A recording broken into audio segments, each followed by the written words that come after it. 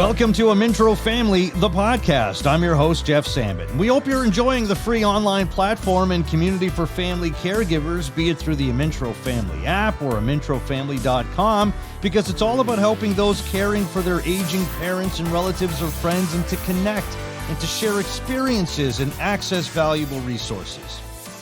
Our guest is Francine Gelinas. Now, her family, unfortunately, has a long history with Alzheimer's to a point where her family is being studied because of this. Francine, it's good of you to join us. Thank you. Well, thanks for having me, Jeff. I appreciate it. Of course. Thank you. Now, how many members of your family are we talking about here that have received an Alzheimer's diagnosis? So it's a very specific Alzheimer's. It's early onset. And of my family, my dad is one of nine. Or was one of nine, and there's only one family member left. Wow. So 9, Yeah. I mean, that is a high number. I could see why there would be a study. Is there So any rhyme or reason for this, Francine? from what I've been told is that early onset, the particular early onset that we have is extremely rare. And there were, at the time, maybe 3,000 cases. And the thought is that we're all somehow genetically related. So we're all family. There's just not enough information out there or study conclusions from it.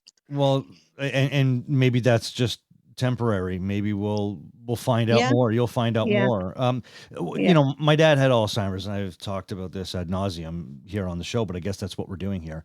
And there's a part of me that thinks, because I am finding as I'm getting older, I'm Yeah. a lot like my dad, Yeah. which You go is, you go through that, oh my gosh, is it happening to me? yeah, I say, And it's just sheer and forgetfulness. I say and do all of the things that he did that used to drive me nuts. Yeah. I tell my kids, whenever one is bothering the other one, leave them alone. And that's my dad used to always say all the time to my brother and my sister and to me. And I just, I'm finding that my body, I'm finding things about my body. And I'm like, that's my dad. That's my Yeah, dad. Jeff, you're just getting old. I'm just getting old. Gray ear hair? That's my dad. What happened to me? So in that vein, I also worry, in all seriousness, is it a foregone conclusion he had Alzheimer's?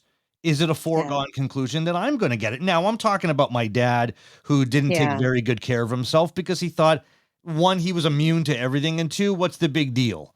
It'll be fine. It'll be fine. That's just a waste of money. The dentist, what? You don't go to the dentist. You don't need to go to the, I'll send my kids to the dentist, but I don't need to go to the dentist. So he didn't take very good care of himself. And Alzheimer's, there are preventative measures that one could take. There isn't a cure, but there's preventative measures with exercise and sleep, what have you.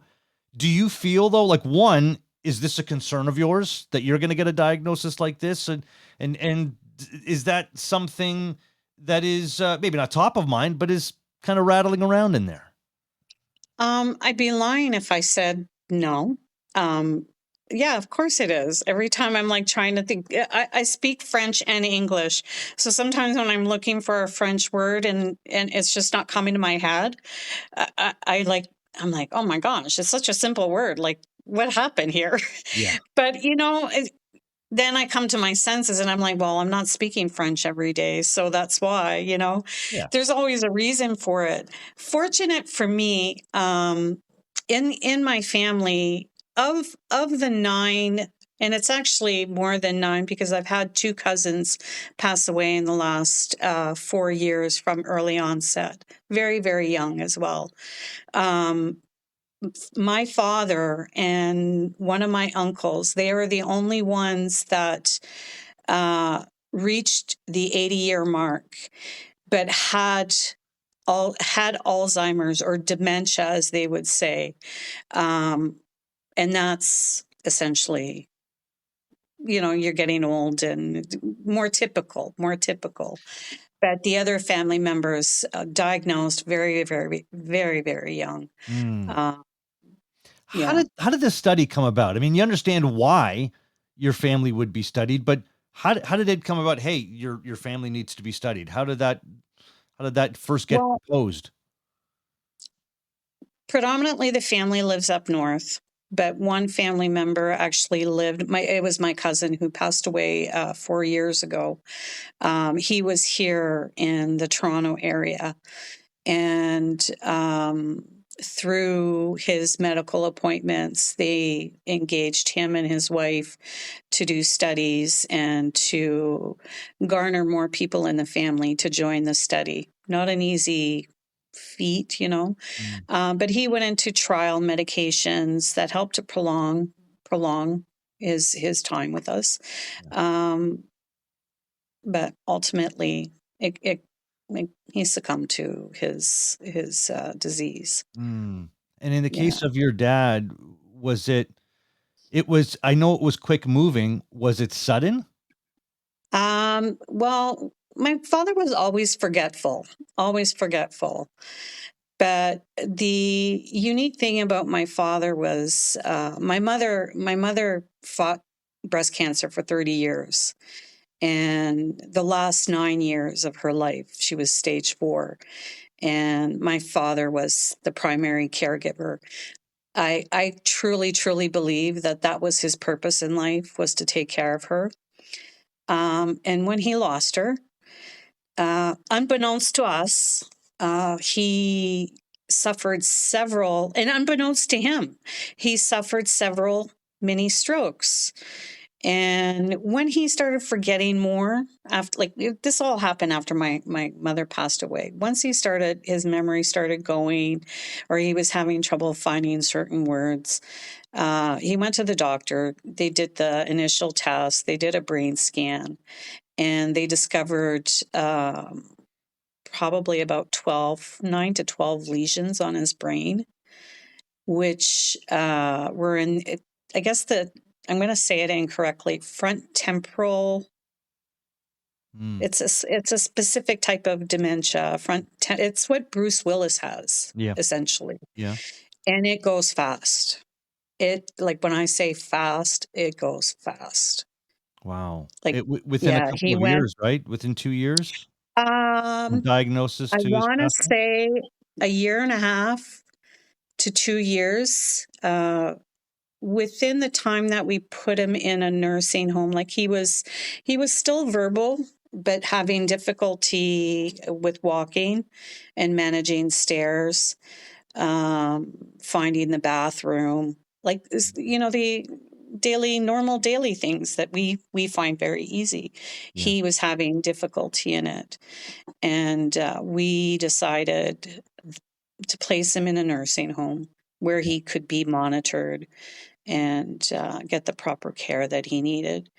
And he was admitted in September and he passed away, unfortunately, due to complications with COVID the following May. Oh, wow. That is But he, very in quick. that time, even before he got COVID, he had declined quite a bit. Yeah. It went so fast, like from being verbal to going nonverbal.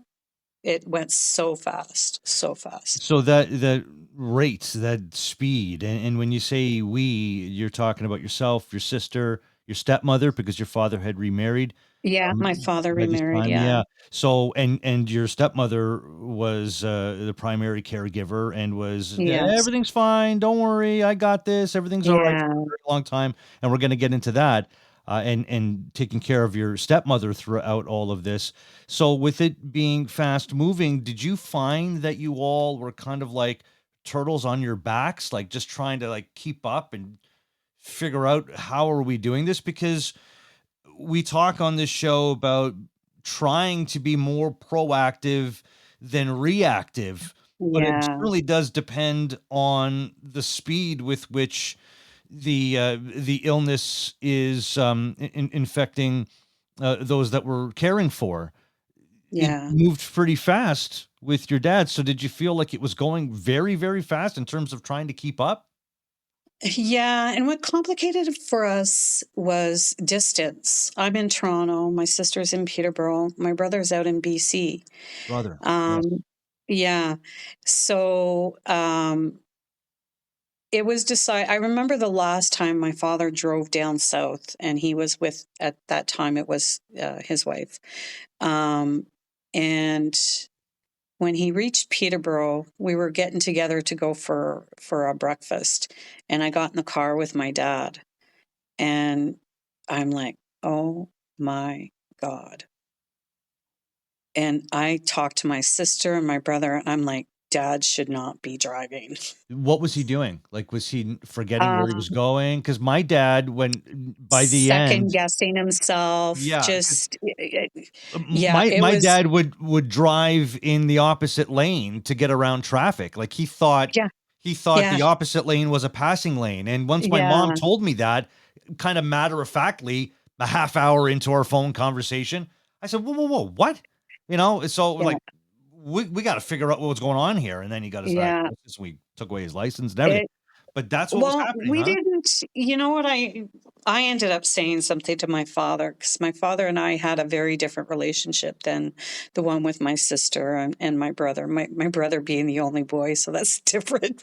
But my sister was the baby. I'm the middle child, and I'm more like, I tell it like it is. And I went, "Dad, listen, now that you're home safely, I need to tell you that that was your last trip down south." I said, "Krista and I have decided that we will come up as frequently as we can during the non-winter months, because it's brutal. Like up north, the weather is just awful, and the roads are awful. So as soon as spring came, every other weekend, I was going home.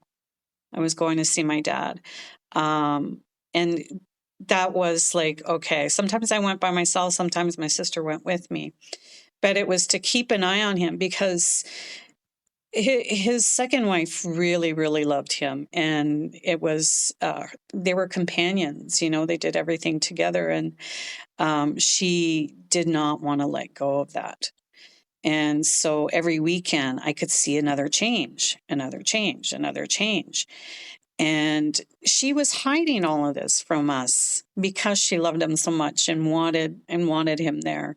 Mhm. But there came a point where we had to step in, and I just had to be really, really brutally honest with her and told her, "This is about you as well. Like, you're putting aside your own health to care for him.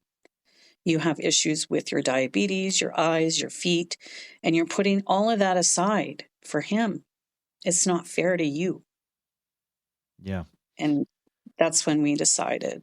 He was actually, to get him into a nursing home, we actually had to put him in on a crisis waiting list, and he got in very, very quickly. Oh, you're very fortunate. And he's very Very, fortunate. very fortunate. But it's when you're navigating the system, you learn all sorts of things. Yeah, but and you Fortunate for me, and I'm not saying that a connection or someone pulled some strings, but my company works in this industry, yes, I and was gonna mention that. So, and it's yeah, not that you have a leg up on anybody else, or any got any special treatment. It's just when you're working within the system, you might have a better understanding of this would be slow moving. This is a way yeah, around this. This is and yeah, it's there's all like the general public does not know a lot about how to navigate a system yeah. and doesn't have the time or It's the wherewithal to really be on top of it. And you would think that, because you hear these horror stories of long wait lists, and it's just, with the numbers of the age, like there's so many aging people out there who need that care, and what do you do? What do you do? Yeah. It's, One of the first things we did for my dad was get him on a wait list because we were yeah, made aware of how long one can be on a wait list. yeah, And at the time, my mother said, "Why? I'm taking care of him. It's fine." I said, "Mom, this might take 6 months, a year and a half. yeah, Don't know." And yeah, especially if it's the care facility that you want. We could put yeah, them on a list for a few of them, but the one you want might take 2 years for all we know. So we got to get on this right now. The other thing that people sometimes aren't aware is like you can have a list of your preferred places, but if your third choice offers you a position or a spot Yeah. and you decline it, guess what? You're going right back to the bottom of the list. Yeah. So You roll the dice. You roll the dice. yeah, That's what happened with us, where a spot came up within a couple of months, and yeah, my dad didn't necessarily require that kind of care at that point, and my mother yeah, wasn't ready. My mother wasn't ready to let him go. yeah, So she made the tough decision. We made her aware of how tough that decision actually was, because she just dismissed it right away. I said, "Okay, but here are the consequences." And she did say no to it, having thought about it. And then it did take a number of months after that. yeah, And there was a really rapid decline in that time, to a point where just as a home opened up for my dad, my mom was sad about it, but almost relieved. relieved. Yeah, And if we weren't proactive, I'm yeah, not sure she would have survived her caregiving journey, because yeah, she was doing things nurses had to do, and nurses yeah. have a really tough job. She's at the time in her mid-70s. She couldn't handle all of that. So I want to go back to what you were saying about your dad in that car ride, and you had a talk with him when you arrived. My dad was unaware of his illness. He would have been shocked if I had told him, "You have Alzheimer's and you're Yeah, forgetting things, and you're asking me things, the same thing over and over and over again, and you're yeah. talking about people that are no longer with us." Anybody that has had somebody with Alzheimer's in their life knows what we're talking about, and I suspect they're listening right now. Um, was your dad aware of his illness? Would you tell him, like, you have, there's Um, something wrong here, and this could be what it is? Was he aware of it? I think because of the family history and him uh, seeing his brothers and sisters and his mother, his nephew, um, going through it, um, there was a level of awareness. And Mm, he would say, yeah, my memory's not as good as it used to be. Um, so I like to think that in the beginning, yeah, he did. He did. that's almost tougher, to be Yeah. aware of it. But to be quite honest, I think it was like very brief. We Yeah. never would have like say, "Hey, Dad, like your memory's not that great, and we think you have this." And we were very very careful on how we would have conversations with him about noticing something. Oh, we think you need to go to the doctor. We'll get you checked out, and that'll be that. But again, it went so fast that Yeah.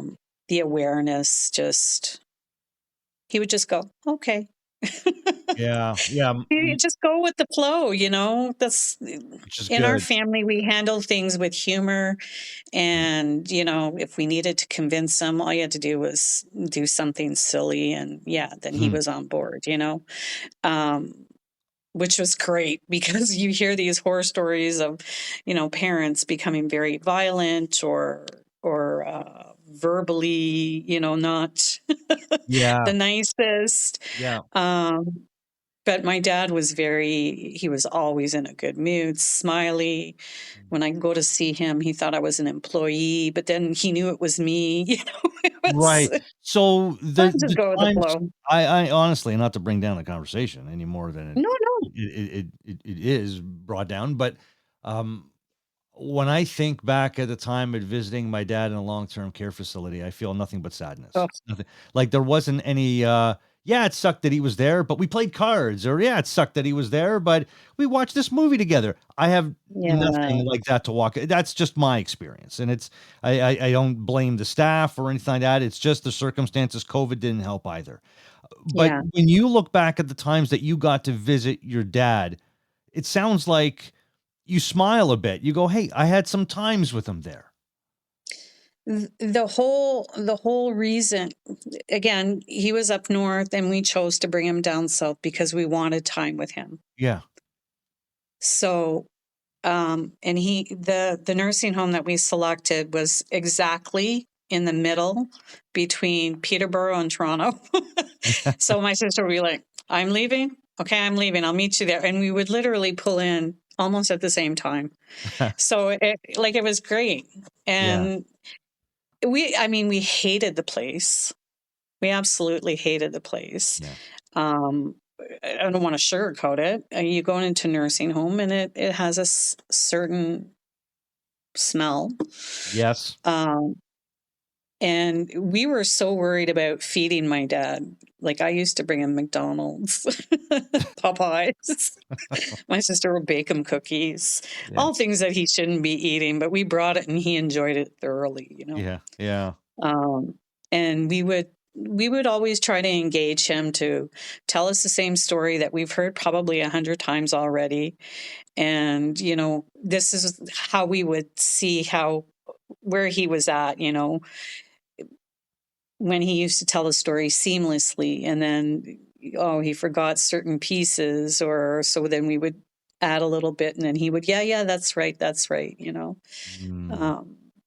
But yeah, I enjoyed my time with him. I look forward to seeing him.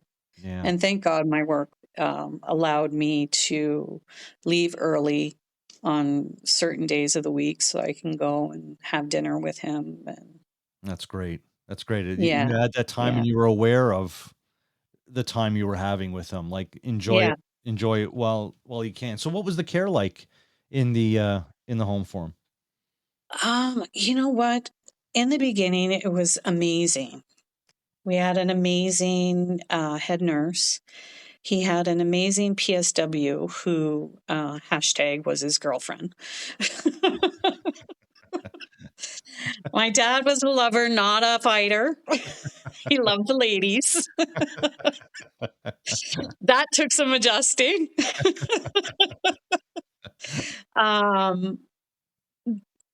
But then the nurse left, so another nurse came in. Like it was the change of staffing. And of course, we're Mm. in the middle of COVID, and staffing is an issue. Yeah. Uh, That threw everyone and for a loop. COVID is rampant. And Yeah.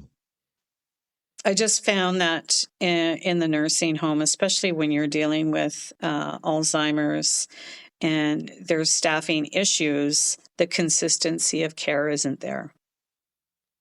Yeah. And that was probably my biggest complaint. That's If you don't know the patient, how are you supposed to take care of them? that's right. And I'll tell Yeah, you, everybody I've talked to, and it's not to yeah, downplay what you went through, but I yeah, went through the same thing, and it feels like everybody I have yeah, talked to that's gone through this says that over and over and over again. yeah, And yeah, it's a problem with the system, something that we've addressed here on the show as well, and we're going to keep doing it yeah. until we get it right. And I'm still unfortunately, alive there's for that. still that system, and I'll say that system um, is so protected. Yeah, but The wrong people are being protected. yeah, And it's sad. It's sad. It's the last place that my father ever wanted to be in. yeah, And he told us emphatically he did not. He would rather, an excuse for the, may sound very brutal, but, he would have rather a bullet to the head yeah, than be put into a nursing home. yeah, And I get it. I get it. And I used to pray mhm, that it wasn't going to be a long stay. yeah, I love my dad and I enjoyed my time with him, and I'm glad I had that time with him. But I prayed every day when I would go home, I would pray that it wasn't long. yeah. It wasn't I a mean, long stay because I knew he didn't want to be there. I know what you mean, Ooh, but yeah, I know you're upset right now, and I don't blame you. I feel the same way. yeah, I have my moments. I'm surrounded by my dad's things. I'm looking at a picture of me and my dad right now. It's off to the side here. I got 3 of them right there. yeah. And, it doesn't go away, and when we go Oh back gosh, and think no. about this time, it comes flooding back, so I get where you are, and I appreciate your Yeah, sharing that with us here, because I'm sure everybody listening is like, yeah, I've been there, Francine. Like I know what you went through. Now with your dad being in the full-time care facility, let's go back Uh-huh. over to your stepmother. Did you see a Yeah. drastic change in her all of a sudden? Like she was getting sleep. She was feeling a bit better. I mean, not happy, of course, with the arrangement, but in terms Yeah. of her own It self-care, could you see a difference? it did take an adjustment for her. Um, I think she's still adjusting, to be quite honest. Yeah. How long has it been Um, since you lost your dad? it was 3 years back May. Oh, boy. Yeah. 4 years in May for me. So about the same Yeah. thing. That's Yeah. strange. So she's And still then, adjusting? You're still seeing that she's still. well, yeah. Yeah. I honestly, I haven't been back home since my dad's funeral. Yeah, So that was 3 years ago. yeah, Um, I mean, my family is so spread out now that there's yeah, no need for me to go back home. yeah. But I haven't seen her, but I do occasionally talk to her either on the telephone or via WhatsApp, whatever, or Messenger, excuse me. Yeah, yeah. But yeah, I don't think she would admit if she's not doing well. She's a stubborn lady. She was a strong, That's strong, true. stubborn lady, You're not gonna you know the know? truth. She's keeps her cards Yeah, close to the vest, right? yeah. Yeah, Exactly. yeah. She doesn't like to take on or bother other people for help or anything like that. So Mm. she would rather do it herself. Very independent woman. Very well, good, and that's gonna help Yeah. her. Yeah. I no one's pitching a perfect game, but I can Yeah. say in looking back at my dad's care that, I mean, you can't go through anything without having a little bit of regret or a little second guessing, but I can Yeah. put my head to pillow saying I did my very best, Absolutely. and, I feel we made all the right choices under whatever circumstance we may have been dealing with at any given point. Do you look back at that time with any big regrets? Mm-mm. None Good at for all. you. My parents were very, very clear on their wishes, and spoke very candidly because, we went through the death of my grandmother, and also seeing all of family members one by one passing away and hearing about their horror stories. So my parents were very vocal and spoke candidly about their wishes. And so when we were faced to make a choice, we were we all got on the phone, the three of us, Mhm. and we're like, okay, is this what we're doing? This is what they want. It was a very quick decision, and that was that. You Well, know, it's good that you were all on the same page. That helps because that doesn't yeah, always happen. it doesn't, and even to this day, I still have the chat between my brother and my sister. Now it's all because we tend to antagonize each other or tease each other or joke around about something. The way your dad, I'm sure, would But like it. yeah, exactly. Um, but it was just a way for us, thank God for technology, because it was a way for us to communicate. Hey, this is what's going on. Hey, I needed to get this for dad. Hey, this, hey, that. Even down to the finances, because we were so spread out. And because my brother was in BC, we had to do things a little bit differently, whereby, when it came down to estate planning, like my dad had my sister and I the powers of attorney, so that because we were closer to deal with the day to day stuff. But that didn't mean that my brother wasn't part of that. And we made it very clear to my brother that whatever comes of this, it's you're the third piece to the decision making. Yeah. He's our older brother, so of course we would have to Yeah. out of Everybody's gotta turn their respect. key. Yeah. That's right. Yeah. But seeing what happened to other relatives of ours, we were very, very together on we weren't going to let that happen to us. Mm. Good for you. So Good for you. So yeah, maybe it was that's very, very important. maybe that's the advice, but we always ask seemingly every guest, what advice might you have for anybody that's listening right now that is in the midst of their caregiving journey, might be on it Yeah. at some point? Any advice for anybody listening right now? Oh my gosh. Be patient. Yeah. Be kind to yourself. Take time for yourself. You're not alone. Um, and hey, there's humor in everything. Yeah. There really is. There really is. It could be the darkest day, but there's a little bit of humor in that. It's all how you approach it. Yeah. You got to find it. Yeah. Francine Gelinas, we really Yeah. appreciate your taking time for us and sharing your caregiving journey and letting us get to know your dad a little bit as well Thanks. in this conversation, Thanks. Francine. Thanks so much. No, thank you, Jeff. I appreciate it. You're doing a good thing here. Oh, thank you. Well, it's a team effort here. I've enjoyed the podcasts. Oh, good. Me too. I'm in them, and I feel like a listener because I just get to sit back and listen to our guests that have been great. Yeah. Each and every one of them, yourself included, and I get the best seat in the house. So I appreciate it, Francine. Thanks so much. Thank you. Thank you. There's Francine Gelinas. I'm Jeff Sammut. This has been another episode of Amintro Family, the podcast, which you can hear on the Amintro Family app and wherever you listen to podcasts. We've got a new episode dropping every 2 weeks. Check out amintrofamily.com, and a reminder, we want to hear your stories on the forum, and we can share them here as well on Amintro Family, the podcast.